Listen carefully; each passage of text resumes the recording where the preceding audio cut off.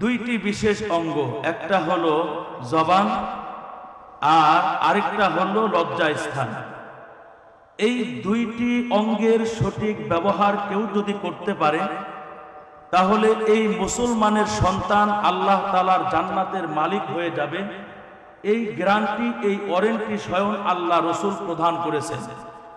বিখ্যাত হাদিসের কিতাব আসাহুল কুতুবি বাদাল কিতাবি আস-সহিহু লিল ইমামিল বুখারী, কোরআনে হাকিমের পরে সবচেয়ে বিশুদ্ধতম কিতাবের নাম বুখারী শরীফ। এই বুখারী শরীফের 6474 নম্বর হাদিস। আল্লাহ রসুল বলেন, মাই ইয়াজমান লি মা বাইনা লিহইয়াইহি ওয়া মা বাইনা ইদলাইহি আযমান লাহুল জান্নাহ। যেই ব্যক্তি দুইটি অঙ্গের সঠিক ব্যবহার করতে পারবে, অপব্যবহার করা থেকে দুইটি অঙ্গে